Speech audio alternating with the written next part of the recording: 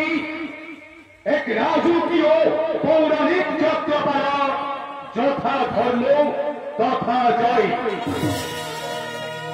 পালা সংকলন ও নির্দেশনা আনন্দময় রায়, সহ নির্দেশনা অসীম কুমার নন্দী ও সুব্রত চক্রবর্তী, সম্পাদনা চঞ্চল চক্রবর্তী, সর্বাধিনায়ক মণিশঙ্কর রায়, পরিবেশনায় মা সারদা যাত্রা সংস্থা, দলমেজার শান্তিনাথ নন্দী ও সুব্রত দেব, সুর প্রচলিত, আলো ধ্বনি বাসুদেব স্টোর বাঁকুড়া।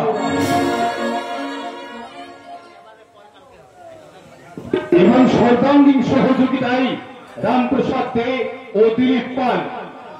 চরিত্র রূপায়ণে শ্রীকৃষ্ণের ভূমিকায় আনন্দময় রায়, পিতামহ ভীষ্ম পঙ্কজ রায়, শকুনির পিতা সুবল জয়দেব মন্ডল, কর্ণ সুব্রত চক্রবর্তী, শকুনি চঞ্চল চক্রবর্তী, যুধিষ্ঠির সুব্রত দেব, ভীম শান্তিনাথ নন্দী, অর্জুন রানা মুখার্জি, দুঃশাসন নীলমাধব দত্ত, সুবাহু কুমার নিজাম, অধিরথ হিরণময় মান্না, ধৃষ্টতুম্ন মিঠুন রায়, উদ্ধব দেবু ব্যানার্জি।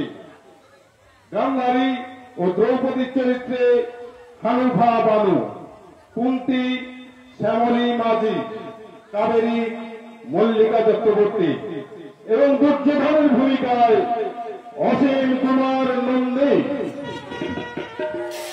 এখন শুরু হচ্ছে আনন্দময় রায় সংকলিত, নির্দেশিত ও অভিনীত, অসীম কুমার নন্দী ও সুব্রত চক্রবর্তী সহ নির্দেশিত ও অভিনীত, মা সারদা যাত্রা সংস্থা পরিবেশিত মহাভারতের কাহিনী অবলম্বনে সংকলিত রাজকীয় পৌরাণিক যাত্রাপালা, যথা ধর্ম তথা জয়।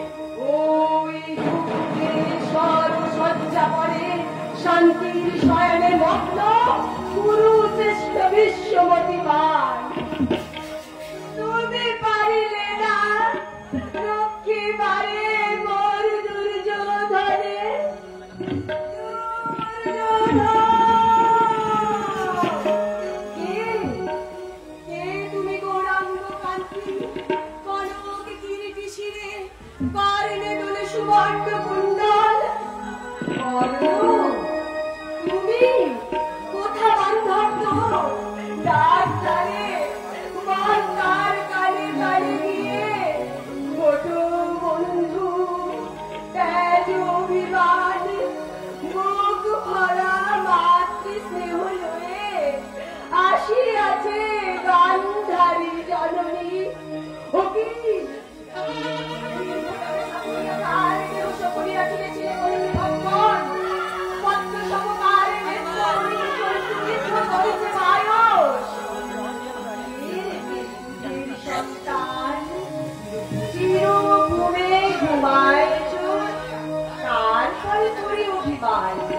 দেখি দেখি মুখ খাড়ি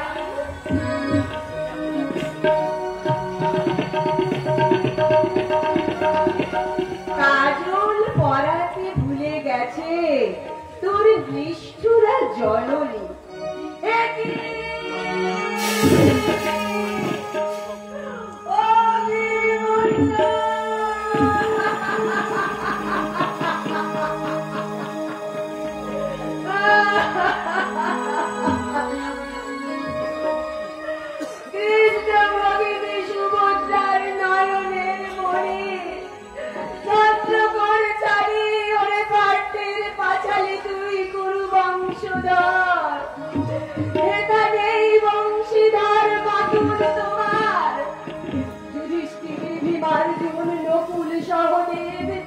সুভদ্রা পাঞ্চালী কিংবা কুন্তি অভিমানী কেউ তো দেবে না গালি, কেউ ঘরে শত্রু বলি দেখাবে না আঙুল বাড়ায়ে, কেউ তোরে নেবে না কেড়ে মোর কোল হতে।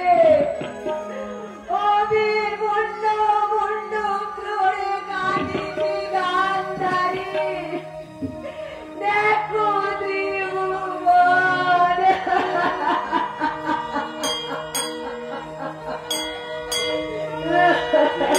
তুমি কাঁদিছ মাতা দাঁড়ায় শ্মশানে, ধর্মক্ষেত্র কুরুক্ষেত্রী ইতস্তত ছড়ানো কঙ্কাল, কেন ধরে আঁকি পাবে প্রপঞ্চ মায়ায় অন্ধ উন্মাদিনী সূচি, ভূমি করে লঙ্ঘিত আচল। সর্বমত্ত রসাতল বিন্দ হিমাচল নগর দর্পণে যার সেই দর্পহারি ছল করে আসিয়াছ ভারত শ্মশানে। মশানে মৃত্যু সন্নিধানে কেন তুমি একাকিনী, কি বা প্রয়োজনে? দুঃস্বরণে নিমজ্জিত তুমি কৃষ্ণ যদুপতি, তাই আমি নারিলে চিনিতে মায়ের মূরতি। শীঘ্রগতি বলো তুমি কে? বাসুদেব, এখনো কি তুমি পারোনি চিনিতে মোরে? কেমনি চিনিব দেবী, হস্তিনানগরে ইন্দ্রপ্রস্থে প্রতি ঘরে ঘরে শত শত সতী প্রাণ করে অঞ্চল, হরে প্রতি তাদের ক্রন্দনে বিলাপে দীর্ঘশ্বাসে প্রকম্পিত জননী বসুধা। তবু যদি নাহি পেটে ক্ষুধা হে কৃষ্ণ পাষাণ, ভাগিনে অভিপূর্ণ রক্ত পরমা সপ্রপুহরতি ঘিরে সপ্তরথি মিলে নিক্ষে বিলাপুকে ধরে। কি হয়ে গেল কেন তবু আখির পল্লব? রুক্মিণী বল্লভ সত্য ভামাপতি সুভদ্রার নয়নের মণি, কেন তুমি পাইলে আপনি অন্তর যাবে? গান্ধারী জননী চিন্তামণি এতক্ষণে চিনি আছে মোরে। অভিমূল্য মূল্য ক্রোড়ে জিজ্ঞাসি তোমারে, বলো কি কারণে ঘটাইলে কুরুক্ষেত্রে রণ? বীর শূন্য বসুন্ধরা কোন প্রয়োজনে, কোন ধর্ম প্রতিষ্ঠার লাগে শতকোটি রমণীর মুখে দিলে সিঁদুর, ভেঙে দিলে শঙ্খের বলয়, মহাপ্রলয় ছুটে সর্বস্থল হতে এই পৃথিবীতে। জননী ধ্বংসের ঝঞ্ঝা ও উল্কাপাত, সৃষ্টি স্থিতি যাত্রা সাধনে সমীরণ শব্দ হোক, অগ্নি করে ঈশান করো নাসিকা কৃষ্ণেরে গীতি অপ্রেষ মরুত্তম মহাশূন্যে লয় হোক কৃষ্ণ লয়।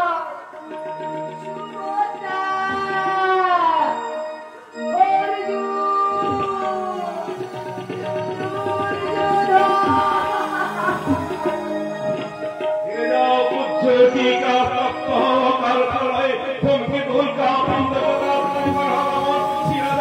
কৃষ্ণ করে এসো এসো তুমি যারে যা ধরে মুখে যারে ও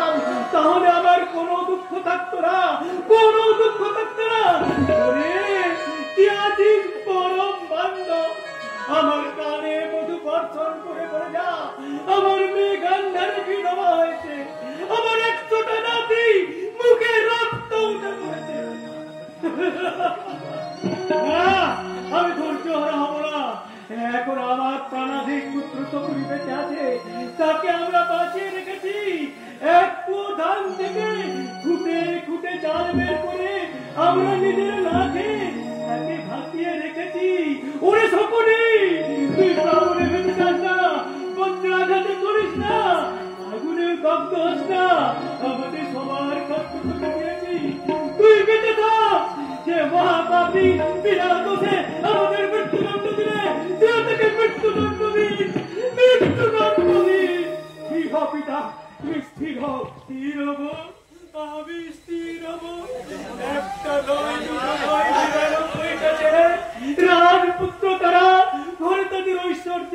তো নেই, তবু তারা না খেয়ে মরেছে। আমার চারপাশে শীতের তরুপত্রের মতো তাজা প্রাণগুলো এক এক করে আর আমি শুধু চেয়ে চেয়ে দেখেছি একটা মৃতদেহের উপর চোখের জল ফেলতে না ফেলতে আর একটা ছেলের গাড়ি একটা পুত্র মানুষকে পাগল করে দেয়।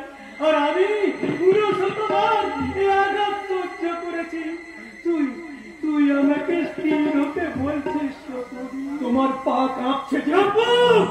আমি যাবো ওই রাষ্ট্রের কাছে।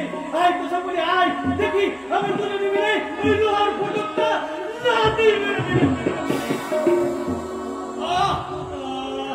তুমি কি পাগল হয়ে? ওই দেখ ওরা আসছে।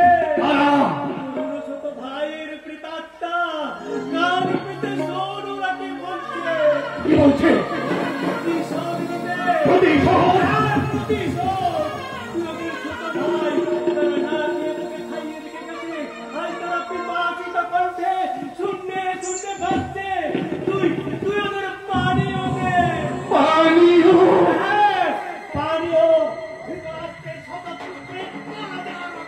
কিন্তু তাহলে তোমার মেয়ে গান্ধারীর ছেলে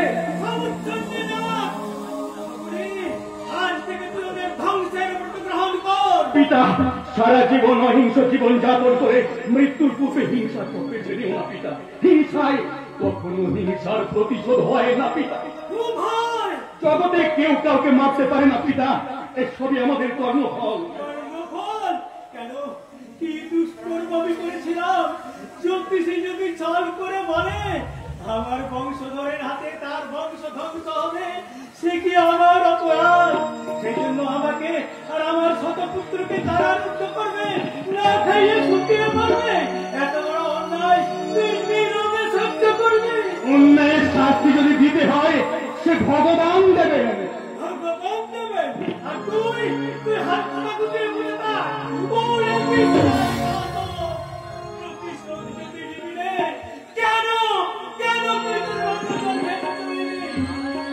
আমাকে তুমি অন্য কোন আদেশ দাও পিতা, কিন্তু তোমার এই আদেশ আমি পালন করতে পারবো না।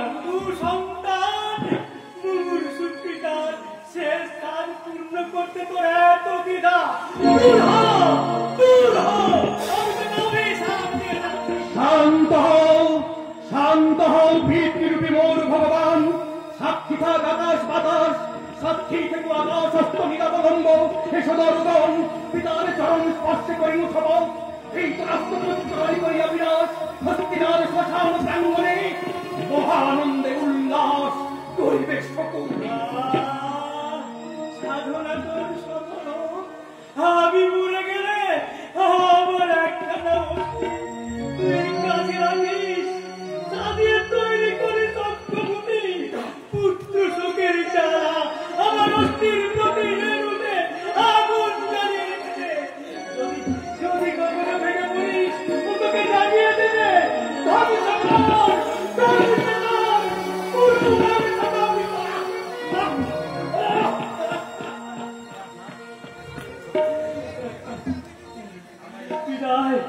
বিদায় বস্ত। তুই শুধু একা একা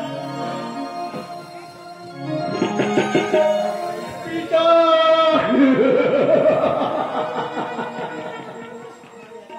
চলে গেল, আমাকে একা রেখে সবাই চলে গেল। শুধু মাথার উপরে চাপিয়ে দিয়ে গেল কর্তব্যের গুরুভার। সারা জীবন স্বাস্থ্য সমুদ্র মন্থন করে যে অমৃত পান আমি করেছি, আজ তা উঠকে ফেলতে হবে।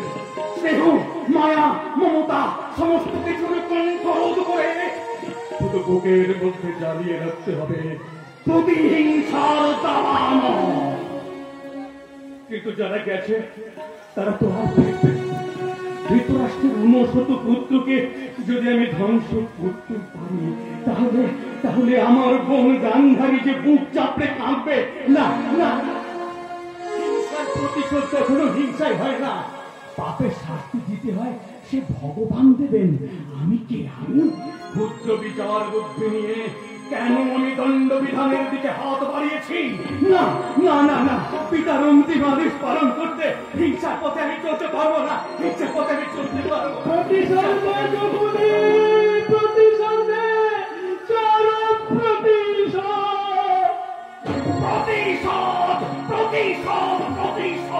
না না, আমি পারবো না, আমি পারবো না। ভাই হয়ে যদি সংসার থেকে আমি শ্মশান করবো কেমন করে? আমার বিবেক, মনুষ্যত্ব, শিক্ষা, পাণ্ডিত্য প্রতি মুহূর্তে যেন প্রসাঘাত। সাবধান শকুন, সাবধান। প্রতিহিংসায় কোনো শান্তি নেই, আছে শুধু জ্বালা জ্বালা, তীব্র বিষের জ্বালা। হে আমার স্বর্গাগত পিতৃদেব, হে আমার আকাশস্থ নিরাবলম্ব অনুসত ভ্রাতা, তোমরা আমি ক্ষমা করো। কৌরবের তপ্ত রক্তে আমি তোমাদের তৃষ্ণা মেটাতে পারবো না, পারবো না, পারবো না। তোমাকে যে পারতেই হবে গান্ধার রাজ। আমাকে দেখে তুমি আশ্চর্য হচ্ছ, কিন্তু আশ্চর্য হওয়ার তো কিছুই নেই গান্ধার রাজ। কারণ ভাবতে আকুল ডাকছে, আমি উপেক্ষা করতে পারি না গান্ধার রাজ। আমি কি তোমায় দেখেছি? দেখেছি বইকি, কর্তব্যে স্থির করতে না পেরে আকুল কণ্ঠে তুমি আমায় দেখেছো, তাই তো আমি না এসে পারলাম না গান্ধার রাজ। গান্ধার রাজ, এই নাও গান্ধার রাজ, তোমার পিতার বক্ষাকে তৈরি অঙ্গগুলি তুমি গ্রহণ করো। কৌরবদের মারণের হোতা হও তুমি, পূর্ণ করো তোমার প্রতিজ্ঞা। না না না, আমি পারবো না। ওই অর্থগুলি তুমি ফিরিয়ে নিয়ে যাও যদুপতি। কৌরবদের ধ্বংস কার্যে আমাকে এইভাবে প্ররোচিত করো না। ভাই হয়ে দিদি সর্বনাশ আমি করতে পারবো না যদুপতি, আমি পারবো না, পারবো না। তোমার 99 জন ভাই আর বৃদ্ধ পিতার সে একটা দিদি তোমার কাছে বড় হলো গান্ধার রাজ। জনার্দন, কোথায় ছিল তোমার দিদি গান্ধারী যেদিন তোমার 99 জন ভাই না খেতে পেয়ে তিল তিল করে ওই অন্ধকার কারাগারে মৃত্যুবরণ করেছে? তোমার বৃদ্ধ পিতার মনুষ্য মৃত্যুর কথা তুমি করছ ধরে দেওয়া রাজভোগের লোভে এত তাড়াতাড়ি ভুলে যেতে পারলে গান্ধার রাজ? সেই নির্মম নিষ্ঠুর অত্যাচার ধ্বংসলীলা বারবার আমার চোখের সামনে ভেসে ওঠে। ক্ষুধায় জর্জর তনু, পিপাসায় কণ্ঠাগত প্রাণ, একে একে পিতা সব 99 ভ্রাতা মোর আমার চোখের সামনে লুকিয়াছে অকাল মরণ। তবুও তবুও অগ্নিবৃষ্টি হয় নাই, হচ্ছি না। তাহলে তুমি অঙ্গগুলি গ্রহণ করতে দ্বিধা করছো কেন গান্ধার রাজ?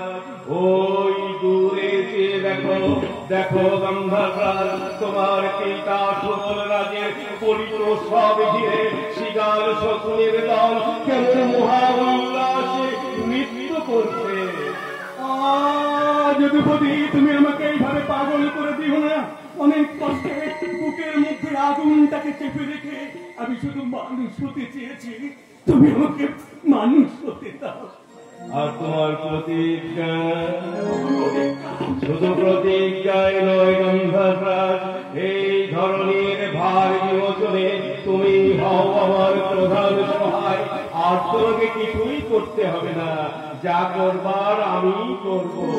নাও নাও গান্ধার রাজ, নাও নাও গান্ধার রাজ, নাও নাও গান্ধার রাজ, নাও নাও গান্ধার রাজ, নাও। এটি আমার সর্বাঙ্গে শিহরণ করে যাচ্ছে কেন? হৃদয়ের প্রতিটি তন্ত্রীতে কেন জেগে উঠছে নবশক্তির ভয়াবহ উন্মাদনা? স্নেহ, মায়া, মমতা মুহূর্তের মধ্যে লীন হয়ে কেন বুকের মধ্যে দাও দাও দাও দাও করে চলে উঠছে প্রতিহিংসার দাবানো। আহ্বান সকলে, ভয় পেও না, বিচলিত হইও না। আমি আবার বলছি, তুমি শুধু পরোক্ষ মাত্র। আমি সৃষ্টিকর্তা, আমি ধ্বংসকর্তা।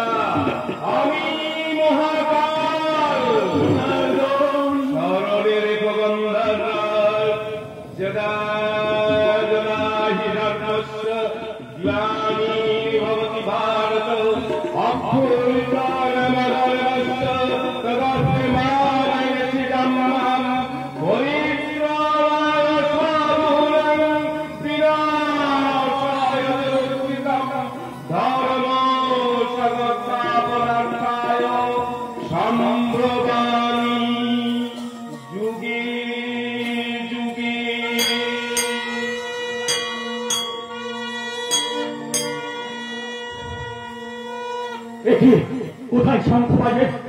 আমি স্পষ্ট শুনতে পাচ্ছি চক্রের ভাগ শব্দ। একই অস্থিকার প্রাসাদ থেকে বেরোচ্ছে কেন?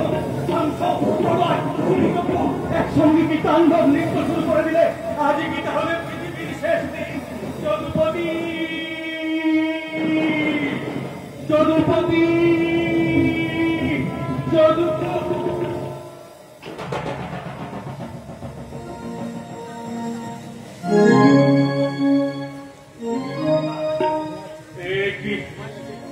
আমি কোথায় কোথায় যদুপতি?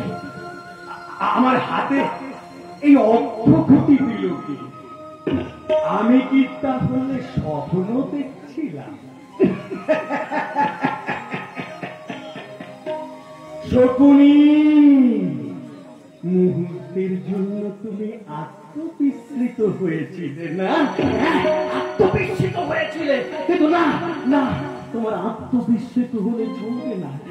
এই দেখো দেখো দেখো, তোমার হাতে পাশা। হ্যাঁ, পাশা। তোমার পিতার বুকের অস্থি থেকে তৈরি পাশা। এই পাশা, এই পাশা আমাকে কৃষ্ণ দিয়েছে। হ্যাঁ, কৃষ্ণ। এই পাশাই তো হবে আমার চালিকা শক্তি, গৌরব কুলের মারণাস্ত্র শকুনি।